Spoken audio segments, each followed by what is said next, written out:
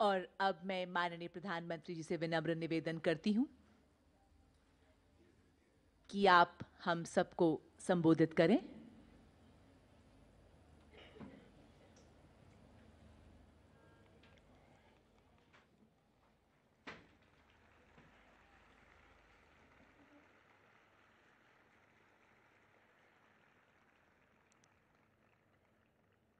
केंद्रीय मंत्रिमंडल के मेरे सहयोगी श्रीमान राजनाथ सिंह जी, श्री अजय भट्ट जी, सीडीएस अनिल चौहान जी, तीनों सेनाओं के प्रमुख, रक्षा सचिव, डीजी एनसीसी और आज विशाल संख्या में पधारे हुए सभी अतिथिगण और मेरे प्यारे युवा साथियों, आजादी के 75 वर्ष के इस पड़ाव में एनसीसी भी अपनी 75वीं वर्षगांठ मना रहा है। इन वर्षों में जिन लोगों ने एनसीसी का प्रतिनिधित्व किया है, जो इसका हिस्सा रहे हैं, मैं राष्ट्र निर्माण में उनके योगदान की सराहना करता हूं। आज इस समय मेरे सामने जो कैडेट्स हैं, जो इस समय एनसीसी में हैं, वो तो और भी विशेष हैं, स्पेशल है।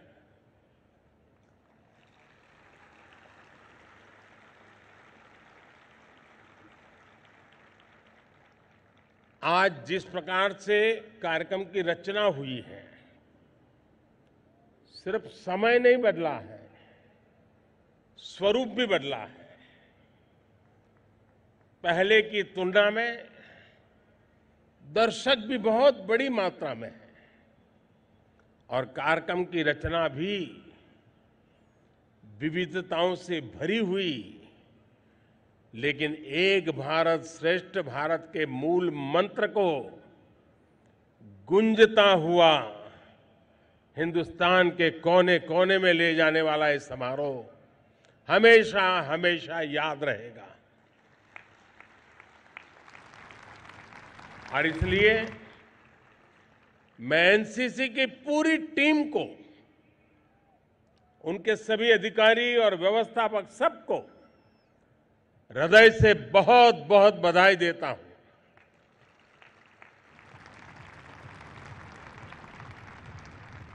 आप एनसीसी कैडेट्स के रूप में भी और देश की युवा पीढ़ी के रूप में भी एक अमृत पीढ़ी का प्रतिनिधित्व करते हैं। ये अमृत पीढ़ी आने वाले 25 वर्षों में देश को एक नई ऊंचाई पर ले जाएगी, भारत को आत्मनिर्भर बनाएगी, विकसित बनाएगी। साथियों, देश के विकास में एनसीसी की क्या भूमिका है, आप सभी कितना प्रशंसनीय काम कर रहे हैं, ये हमने थोड़ी देर पहले यहां देखा है। आप में से एक साथी ने मुझे यूनिटी फ्लेम सौंपी। आपने हर दिन 50 किलोमीटर की दौड़ लगाते हुए 60 दिनों में कन्याकुमारी से दिल्ली की ये यात्रा पूरी की है।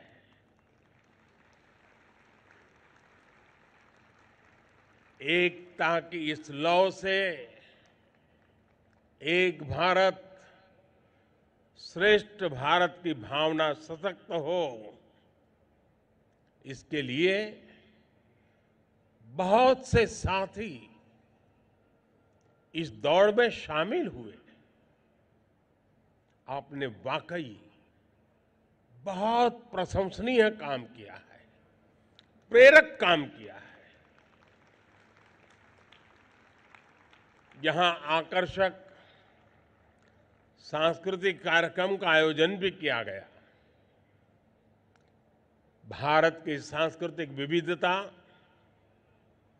आपके कौशल और कर्मठता के इस प्रदर्शन में, और इसके लिए भी मैं आपको जितनी बधाई दूं उतनी कम है।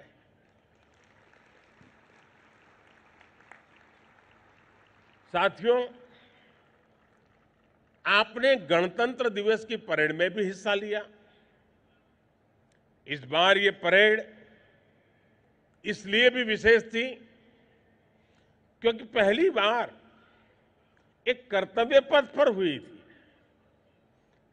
और दिल्ली का मौसम तो आजकल जरा ज्यादा ही ठंडा रहता है। आप में से अनेक साथियों को शायद इस मौसम की आदत भी नहीं होगी। फिर भी मैं आपको दिल्ली में कुछ जगह जरूर घूमने का आग्रह करूंगा। समय निकालेंगे ना? देखिए, national war memorial, police memorial, अगर आप नहीं गए हैं तो आपको जरूर जाना चाहिए। इसी प्रकार लाल किले में नेताजी सुभाष चंद्र बोस म्यूजियम में भी आप अवश्य जाएं। आजाद भारत के सभी प्रधानमंत्रियों से परिचय कराता एक आधुनिक पीएम म्यूजियम भी बना है। वहां आप बीते 75 वर्षों में देश की विकास यात्रा के बारे में जान समझ सकते हैं। आपको यहां सरदार वल्लभ भाई पटेल का बढ़िया म्यूजियम देखने को मिलेगा। बाबा साहब आम्बेडकर का बहुत बढ़िया म्यूजियम देखने को मिलेगा। बहुत कुछ है।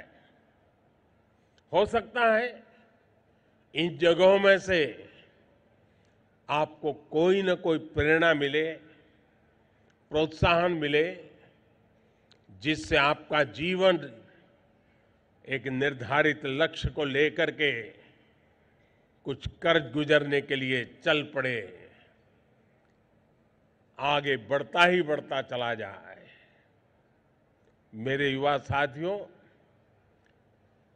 किसी भी राष्ट्र को चलाने के लिए जो ऊर्जा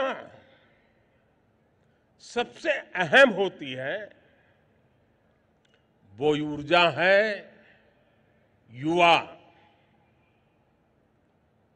अभी आप उम्र के जिस पड़ाव पर हैं, वहां एक जोश होता है, जुनून होता है। आपके बहुत सारे सपने होते हैं, और जब सपने संकल्प बन जाए और संकल्प के लिए जीवन जुड़ जाए, तो जिंदगी भी सफल हो जाती है। और भारत के युवाओं के लिए ये समय नए अवसरों का समय है। हर तरफ एक ही चर्चा है कि भारत का समय आ गया है। India's time has arrived। आज पूरी दुनिया भारत की तरफ देख रही है, और इसके पीछे सबसे बड़ी वजह आप हैं, भारत के युवा है।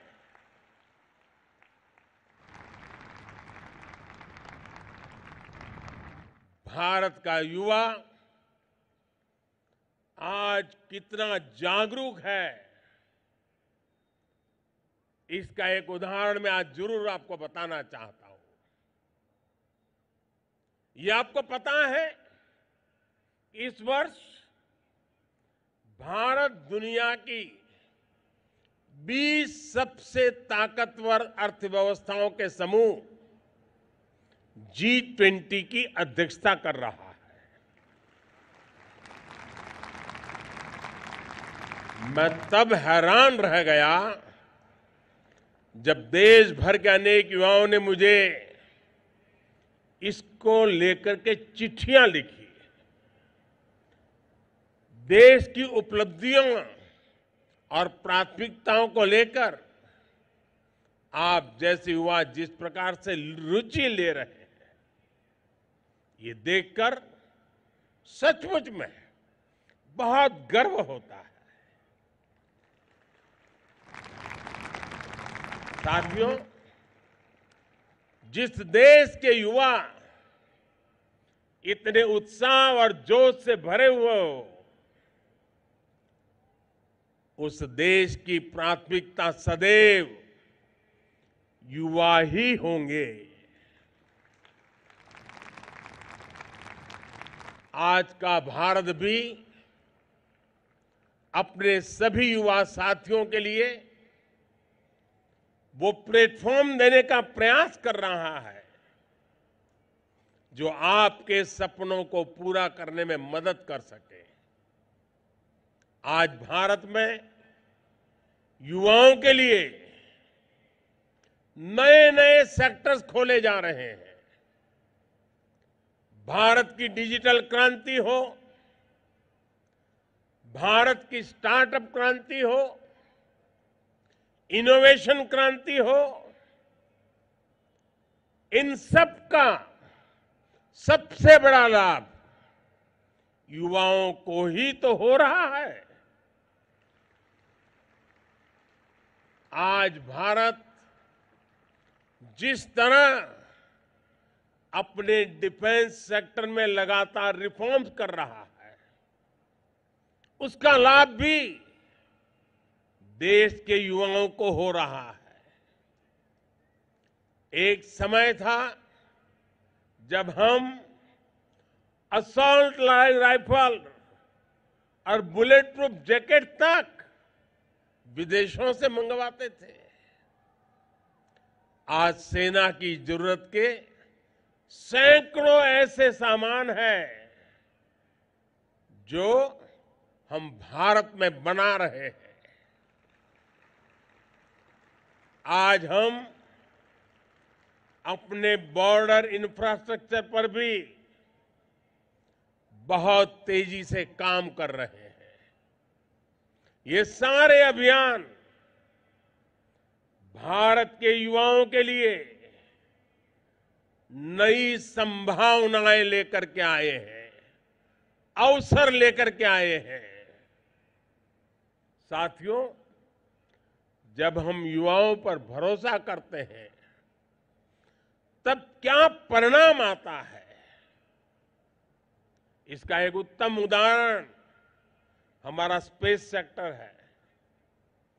देश ने स्पेस सेक्टर के द्वार युवा टैलेंट के लिए खोल दिए और देखते ही देखते पहला प्राइवेट सैटेलाइट लॉन्च किया गया। इसी प्रकार एनिमेशन और गेमिंग सेक्टर प्रतिभाशाली युवाओं के लिए अवसरों का विस्तार लेकर आया है।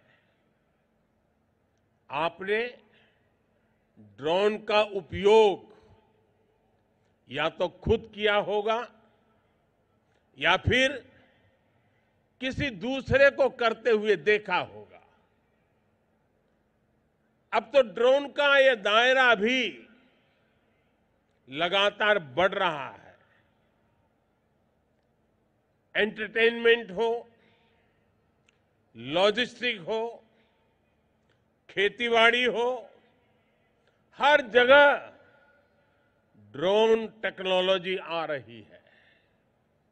आज देश के युवा हर प्रकार का ड्रोन भारत में तैयार करने के लिए आगे आ रहे हैं। साथियों, मुझे एहसास है कि आप में से अधिकतर युवा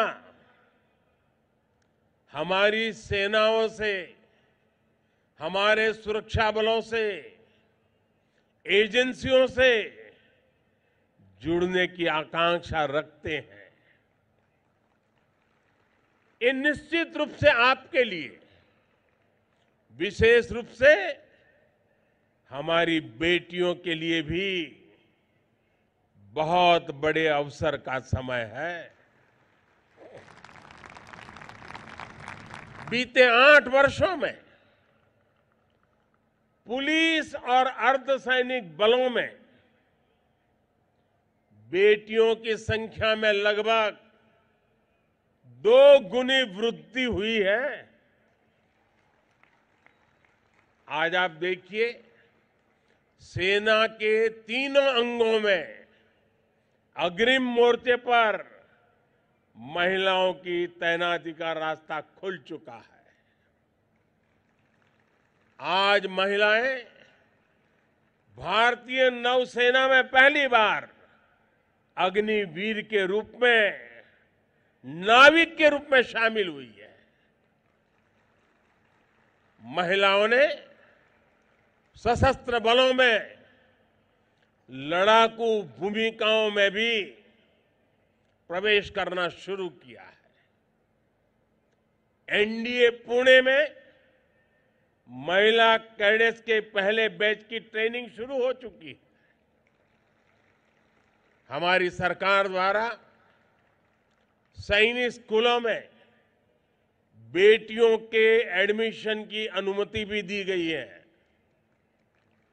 आज मुझे खुशी है कि लगभग 1500 छात्राएं सैनिक स्कूलों में पढ़ाई शुरू कर चुकी है।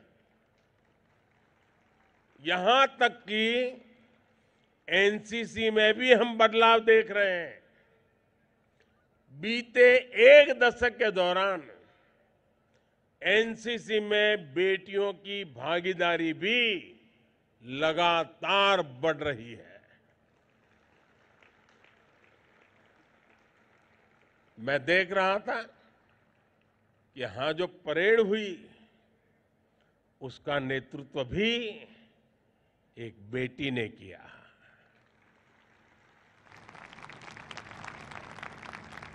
सीमावर्ती और तटीय क्षेत्रों में एनसीसी के विस्तार के अभियान से भी बड़ी संख्या में युवा जुड़ रहे हैं।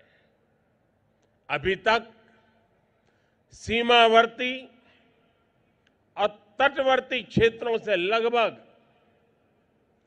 1 लाख कैडेट्स को नामांकित किया गया है। इतनी बड़ी युवा शक्ति जब राष्ट्र निर्माण में जुटेगी, देश के विकास में जुटेगी, तो साथियों, बहुत विश्वास से कहता हूं, कोई भी लक्ष्य असंभव नहीं रह जाएगा। मुझे विश्वास है कि एक संगठन के तौर पर भी और व्यक्तिगत रूप से भी आप सभी देश के संकल्पों की सिद्धि में अपनी भूमिका का विस्तार करेंगे।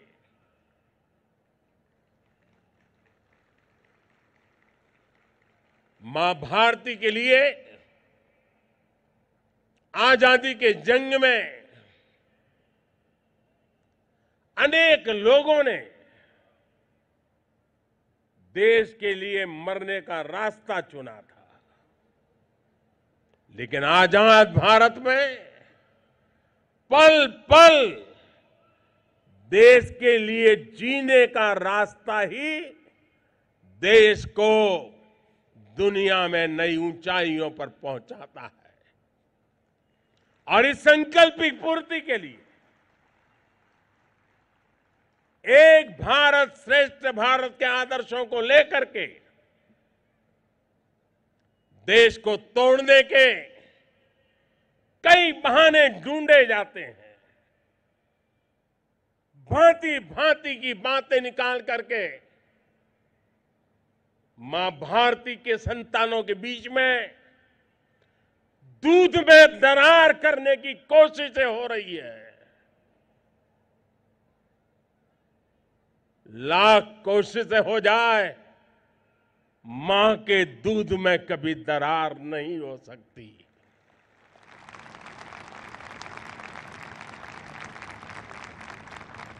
और इसके लिए एकता का मंत्र ये बहुत बड़ी औषधि है, बहुत बड़ा सामर्थ्य है।